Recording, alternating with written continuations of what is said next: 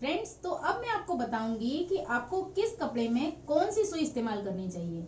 ज्यादातर क्या होता है कि हमारी मशीन में 16 नंबर की सुई लगी रहती है और हम हर कपड़े को उसी से सिल देते हैं। तो क्या होता है कि जो नॉर्मल फैब्रिक होते हैं, कॉटन वगैरह, वो तो हमारे अच्छे से सिलाई हो जाती है, या जो अस्तर वाले कपड़े होते हैं उनमें हमारी बहुत अच्छी सिलाई आ जाती है। लेकिन जैसे ही आप जॉर्जेट, शिफॉन या नेट फैब्रिक यूज करते हैं, उसमें धागे खिंचने लगते हैं। क्योंकि क्या होता है कि जब हम मोटे कपड़े पर सुई यूज कर लेते हैं तो सुई के आगे से जो किनार होती है वो हल्की सी मुड़ जाती है, वो क्रोशिये जैसी हो जाती है। तो जैसे ही आप नेट यूज करेंगे उस पर, तो वैसे ही उसमें से धागे खिंचने लगते हैं, तो हमारे कपड़े की पूरी फिनिशिंग खराब हो जाती है।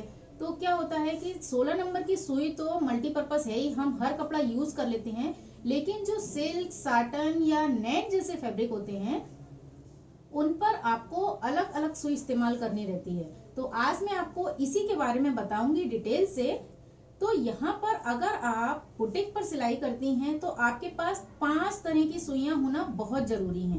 वैसे घर में तो नॉर्मली हम एक ही सुई से यूज कर लेते हैं, लेकिन अगर आप इन 5 नंबर की सुई अपने पास रखेंगे तो आपके काम में भी बहुत फिनिशिंग आएगी और आपका कपड़ा भी खराब नहीं होगा। तो सबसे पहले मैं आपको बताऊंगी 11 नंबर की सुई। देखिए, मैंने यहाँ पर एक पेपर पर ये सुइयां लगाकर रखी हुई हैं। हालांकि आपको इतनी दूर से नहीं दिखेगा, तो मैंने यहाँ पर उनके नंबर भी लिख दिए हैं। ये 5 नंबर की जो सुइयां हैं, ये आपके पास अगर होंगी तो आपको बहुत ही इसका बेनिफिट मिलेगा। तो सबसे पहले हम स्टार्ट करेंगे 11 नंबर की सुई से। ये सुई बहुत पतली होती है। अच्छा, एक बात मैं बताऊं कि ये सुइयों की जो लंबाई है वो सेम होती है। सिर्फ आपकी ये सुई की जो नोक होती है आगे की, ये पतली और मोटी होती है। अगर मोटा कपड़ा होगा तो आपको ज्यादा नंबर की सुई लेनी रहेगी, और पतला कपड़ा होगा तो आपको कम नंबर की सुई लेनी रहेगी। वैसे तो सुइयां और भी ज्यादा नंबर की आती हैं, कई नंबर आते हैं इनमें, लेकिन ये जो 5 नंबर हैं ये सबसे ज्यादा इम्पोर्टेंट है और आपको सबसे ज्यादा काम आएंगे। तो सबसे पहले हम स्टार्ट करेंगे 11 नंबर से। ये सुई की नोक पतली होती है, सुई की यहाँ से चौड़ाई बराबर रहेगी और इसकी लंबाई भी बराबर रहेगी। अच्छा, इस सुई को आप यूज करेंगे नेट पर, साटन पर, वेलवेट पर, और जो भी सॉफ्ट कपड़ा होगा उस पर आप इससे अगर सिलाई करेंगे तो आपकी बहुत अच्छी फिनिशिंग आएगी।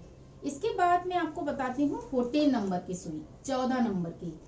तो 14 नंबर की सुई से आपको शिफॉन, जॉर्जेट, हौजरी या जो टेरी वाइल कपड़ा आता है, इस टाइप के कपड़ों पर आप अगर सिलाई करेंगे तो आपकी अच्छी फिनिशिंग आएगी। अब हमारी आती है 16 नंबर की सुई, जो मैं आपको इसके बारे में पहले ही बता चुकी हूँ कि ये मल्टीपर्पज है और ज्यादातर हम अपनी मशीन में इसी नंबर की सुई इस्तेमाल करते हैं। तो इस नंबर से आप कॉटन के कपड़े, जो भी हमारे सूट, सलवार, ब्लाउज, जो भी हम नॉर्मल कपड़े सिलाई करते हैं, हर तरह का कपड़ा इससे सिलाई हो जाता है। अब इसके बाद आती है 18 नंबर की सुई। 18 नंबर की सुई का इस्तेमाल थोड़े से मोटे कपड़ों में होता है, जैसे कि जो पैंट होती है या जो शूटिंग के कपड़े आते हैं ना, जेंट्स कपड़े, पैंट, कोट, इस टाइप के जो थोड़े से मोटे कपड़े होते हैं ना, उन पर हम 18 नंबर की सुई इस्तेमाल करते हैं। अब इसके बाद आती है 21 नंबर की सुई।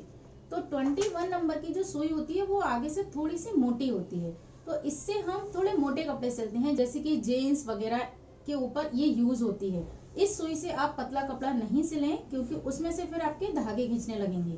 तो मोटे कपड़े के लिए हम लेते हैं 21 नंबर की सुई। अब इसके बाद है 24।